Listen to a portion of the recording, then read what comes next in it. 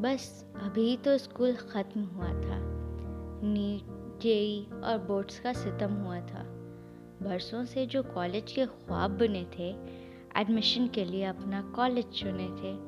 बहुत सोचा था कि कॉलेज जाकर खूब मस्ती करेंगे। पढ़ाई का तो पता नहीं, पर गुलछर्रे उड़ाकर दोस्ती करेंगे। लो, अब वो दिन आ गया। याद है वो पहला दिन? हाँ, वही ओरिएंटेशन वाला। देना पड़ा था लाइन से जो इंट्रो, पड़ा था यहाँ के हर महान हस्तियों से पाला। और वो शुरुआत की हॉस्टल की रातें जो बिना नींद के कटती थी।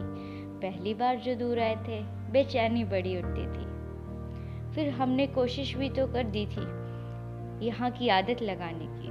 अब तो हम खुद सा ढूंढ रहे थे। ये वक्त था दोस्ती बनाने की। हमारा फर्स्ट ईयर, जब हम आज़ाद परिंदे थे, ना सर पर कोई बोझ था, ना कोई डर था। अपनी चाल, अपनी शऊर और मनमानी का असर था। कुछ सीनियर्स की रिस्पेक्ट करने में जुटे थे, तो कुछ अपनी अपनी लाइन सेट करने में जुटे थे। लोगों ने तो अपनी अपनी वाली भी सेलेक्ट कर ली थी, कभी दोस्तों की तो कभी अपनी भाभी भी सेट कर ली थी। और जो ठहरे बच गए सिंगल, वो अब भी अरमान जगाए बैठे थे। अपने बैच में फिर जो जूनियर्स आएंगे, उस पर नजरें गड़ाए बैठे थे। इस बीच टीचर्स डे की वो धूमधाम, हमारे फ्रेशर्स पार्टी की वो रंगीन शाम। पर जो भी कहो, सबसे ज़्यादा मज़ा तो चिल्ड्रंस डे की पिकनिक पर आता था। हमारा कॉलेज हर साल वाटर पार्क जो ले जाता था। फिर बहुत जल्दी एग्ज़ाम आ जाता था, नोट्स पूरे नहीं है, फोटोकॉपी का भी टाइम निकल गया। अब याद हमें आता था, सबसे अलग, सबसे नया सिलेबस हमारे लिए जो अपडेट हुआ था। दिमाग हमारा ख़राब और फ्रस्ट्रेट हुआ था। सीनियर्स का नुस्खा कुछ कारगर हुआ था, टीपी का अपने लिए जुगाड़ हुआ था। हम कौन सा टॉपर्स की तरह किताबें उठाकर नोट्स बनाते थे। दिमाग में कुछ घुसे या न घुसे, आखिर में फर्रे बनाकर ही पास हो जाते थे। देखते देखते फर्स्ट सेम तो निकल गया। रिजल्ट में कुछ क्लियर हुए, पर कुछ का लटक गया। खैर, अभी तो शुरुआत थी, अभी कहाँ हमें सुधरना था। जवानी तो उफान पर थी, अभी हमें और बिगड़ना था। वो स्पोर्ट्स की लहर में क्या नशा था, दिल में हर एक के नया खिलाड़ी बसा था। वो स्पोर्ट्स के टाइम का भारत माता की जय बहुत याद आता है। क्यों पड़े हो चक्कर में, कोई नहीं है टक्कर में का नारा दूसरे हाउसेस का दिल जलाता है। ऐसे तो हम तक्षशिला, नालंदा, उज्जैन, वल्लभी के रंग में बट जाते हैं, पर हम भी ठहरे आर्यकुल परिवार। दूसरे इवेंट के लिए फिर साथ में जुट जाते हैं। अब भी याद आता है वो हमारे सुपर सीनियर्स का फेयरवेल। तब जैसे लगा था कि बहुत वक्त है हमारे पास, पर पता नहीं था कि रेत जैसे फिसलेगा ये वक्त, और आज उमड़ आएंगे हर एक जज्बात।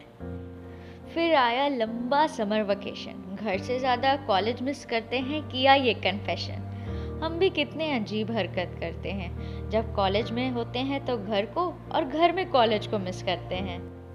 इस बार जो हम आए, बात अलग हुई। सीनियर्स जो बन गए तो ठाट अलग हुई। अपने जूनियर्स को फ्रेशर्स पार्टी देकर वेलकम किया, खूब धूमधाम से सेलिब्रेशन किया। इस बीच अक्सर बोरिंग क्लास बंक लगाते, लंच के बाद हॉस्टल में छुप कर सो जाते, या कैंटीन की अनवर भैया की चाय से नींद भगाते और वहाँ बैठकर गप और ठहाके लगाते। फिर जब हम सब एचओडी सर से पकड़े जाते, आधे तो भाग जाते और आधी को वो लंबी चौड़ी डांट लगाते। फिर हमारा हर क्लास के बाद कॉरिडोर में चक्कर लगाना, कभी अपने तो कभी दूसरे डिपार्टमेंट की क्रश को ताड़ कर आ जाना, लैब में खड़े खड़े पैरों का दुख जाना, और असेंबली टाइम प्रेयर ना करने के डर से वॉशरूम में छुप जाना।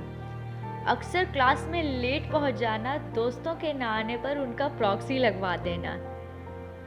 अक्सर लाइब्रेरी में कॉर्नर सीट में ईयरफोन्स लगाकर मूवी चलाना, एक ब्रेकअप के बाद फिर दूसरी पटाना। अब तो हॉस्टल के बेस्वाद खाने की भी आदत लग गई थी। अपने पॉकेट मनी से असाइनमेंट के खर्चे के अलावा सुट्टा और हुक्के में भी लागत लग गई थी। हॉस्टल में अचानक चेकिंग लगने से सबकी फटती थी। एक को पता चलने भर की देरी थी, फिर तो ये खबर आग की तरह फैलती थी। जो सो गए होते थे वो आधी नींद में क्लास भाग कर आ जाते थे। बाकी भी तो ठेठ बदमाश थे, बाहर से ताला लगवा जाते थे। फिर तो चाहे कोई भी आ जाए, रूम के अंदर सोया हुआ स्टूडेंट कभी ना पकड़ा जाए। और हॉस्टल की वो बर्थडे पार्टीज, 2 बजे रात तक हुड़दंग मचाते थे। खुद तो बेशरम हैं ही, साथ में वार्डन को भी नचवाते थे।